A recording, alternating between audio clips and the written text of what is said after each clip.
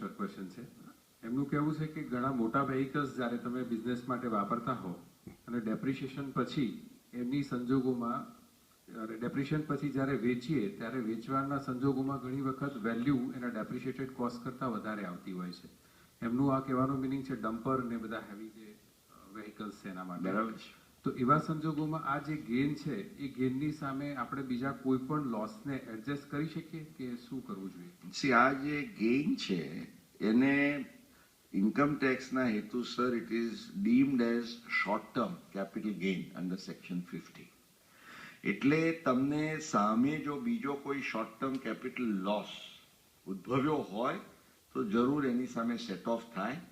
પણ એનાથી એક ડગલું આગળ જઈને જેમણે સવાલ પૂછ્યો, કોણે સવાલ પૂછ્યો?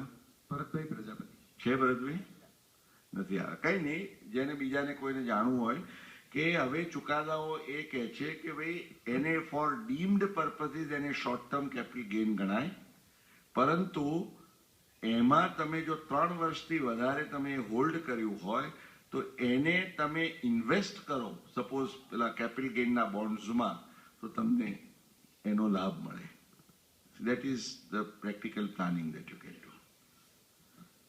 ક્વેશ્ચન છે ડોક્ટર